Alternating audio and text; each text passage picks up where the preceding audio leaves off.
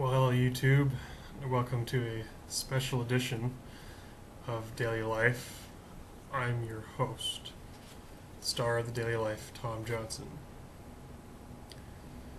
I plan to talk to you today on the subject of exams. It is the middle of the university semester, and exam season in university semesters, and everyone is caught up in exams. But due to recent events, I am making a special Daily Life episode to honor the life of a great Canadian. As many of you know, this is a Canadian broadcast. It comes to you from Canada. If you're watching in the United States, I apologize, this may not be as relevant to you as some of our broadcasts, but it needs to be done. At 12:27 p.m. yesterday afternoon, in the nation's capital, a 911 call was placed to the regional authorities. Ambulances, fire, and police were dispatched to a downtown condominium,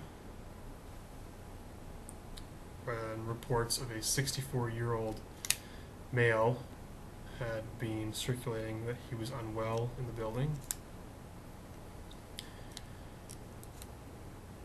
It was later determined that the male had passed away. And the male that I'm speaking about, of course, if you're watching from Canada, you will know, because the news has sent, it's literally shocked the entire country. The former Minister of Finance, Jim Flaherty, has passed away.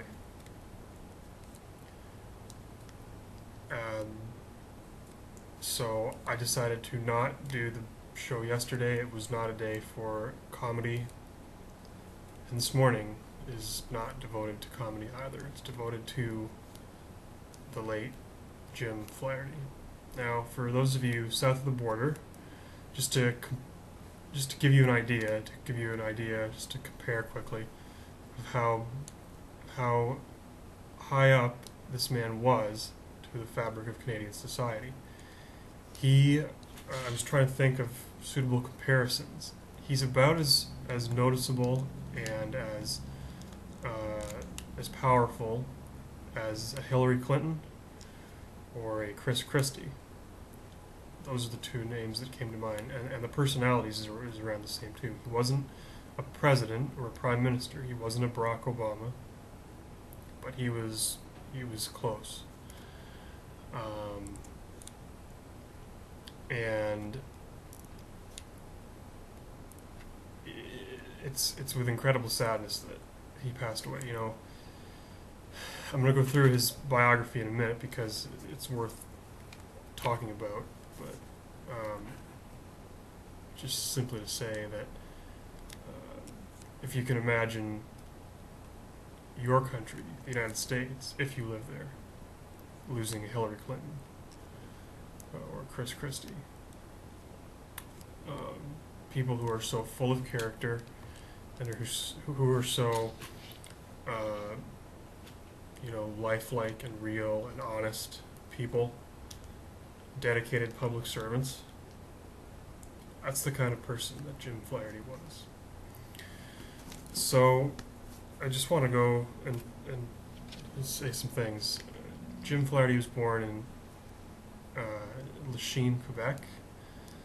These facts have all been reported widely in the media, but I feel like I have to put my own touch on them. On December 30th, 1949, he grew up in the province of Quebec before moving to Toronto to obtain his law degree. And, Jim Flaherty was an Irishman, and the Irish are known for their hard work ethic and their unwillingness to accept second best. And that was the kind of person that Jim Flaherty was. You know, it's often quoted, and he often likes to say that he drove taxis to put himself through law school. Now that shows that you're determined when you're willing to do that. You know, and taking odd jobs here and there.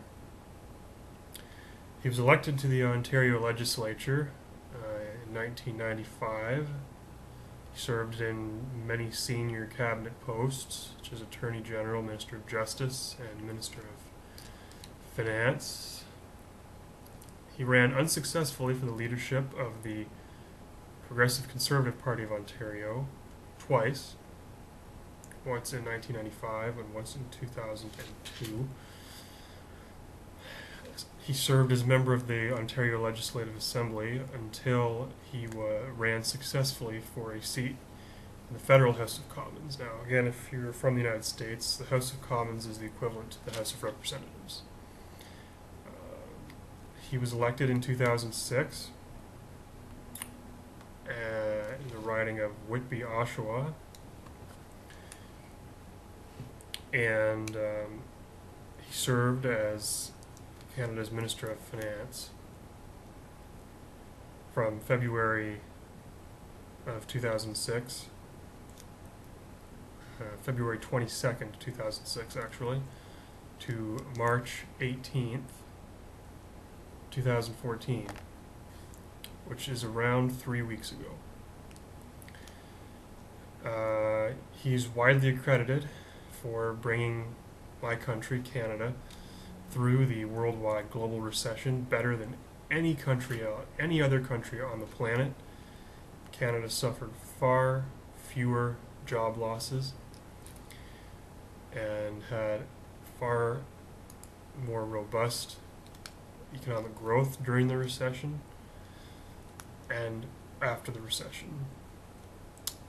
He spent a lot of money on stimulus programming to boost the Canadian economy, and then successfully returned Canada to a balanced budget. And we are the only developed country, the only G7 country at this point in time to have a surplus. Now, there will be those that say we're not in a surplus yet. This is not, again, this is not a day for political debate. This is not a Real Deal Friday. This is a tribute special episode, which, by the way, will run 15 minutes because I can't say what I need to say in 10.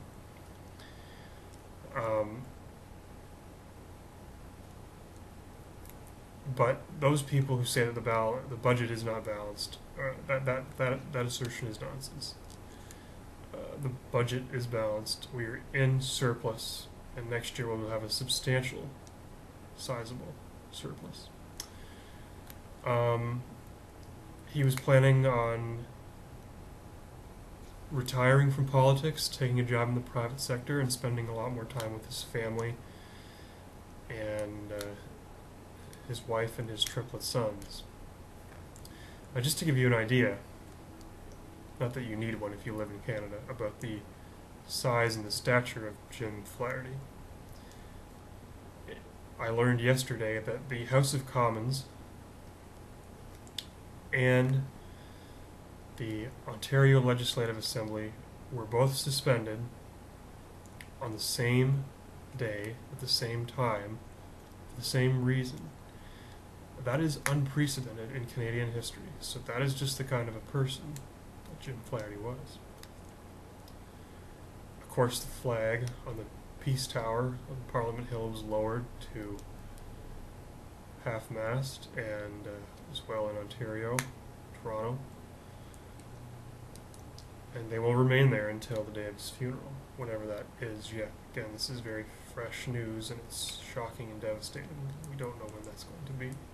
Surely it will be televised nationally, on national television across the country.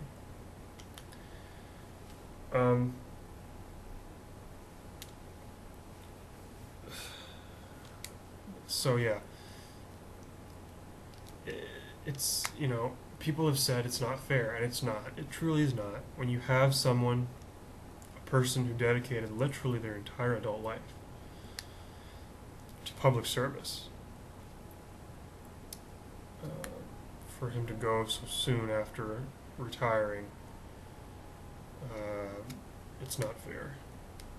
Today in the House of Commons, there was a special session of the House of Commons where members of Parliament paid tribute to the late Jim Flaherty. And it's rare that the House of Commons of Canada, for those of you who aren't familiar with Westminster parliamentary democracy, I know in the United States, the proceedings of the House of Representatives and the Senate can get mundane and dull. In the House of Commons, it's a very lively place. The daily question period that goes on, very partisan. And yesterday afternoon, the exact opposite was true, because the news was breaking at around the time the question period usually starts. And what is usually the most partisan part of the day in the nation's capital quickly faded into a completely nonpartisan mourning period as we mourn the loss of Jim Flaherty. Jim Flaherty, as has been remarked over the past 24 hours, a little less than that, since his passing, he was a tough Irishman who wasn't afraid. He never shied away from a fight. After the fight was over, he'd sit down with you and he'd have a beer, and he'd crack a joke, he'd crack a smile. And I'm part Irish myself, so this rings true to me. That's just the way that the Irish are. They're tough as nails, but at the end of the day, they're extremely warm and friendly people. And that's the kind of person that Jim Flaherty was. It's just painful when a country loses someone like this. I mean, everybody remembers the loss, and there's been people that have been comparing it to the loss of the late Jack Layton, which was only just a little under 3 years ago, when Jack Layton tragically passed away in not unsimilar circumstances. Jack Layton had just reached the pinnacle of his career. So too with Jim Flaherty. Jack Layton was only 61 years old. Jim Flaherty was only 64. Both of them passed suddenly, without any notice. And great Canadians that are sorely missed. It was once unimaginable. You couldn't imagine Parliament Hill without Jack Layton there. He was always there, fighting for what he believed in. And it's hard to imagine Parliament Hill without Jim Flaherty. He was there forever. So was Jack Layton. The two of them, it's a great loss to the country. It's also interesting to note they were on complete opposite ends of the political spectrum. And yet, they made their opponents better, their adversaries better. And that's, when you see this kind of bipartisan, nonpartisan outpouring of grief and mourning, sadness and support across the entire country, you really get an idea of the kind of person that he was.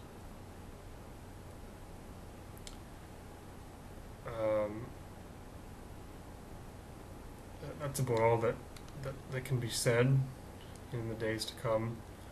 The whole country will remember him, and the Prime Minister will help us to do that, and other leaders. Anyway, so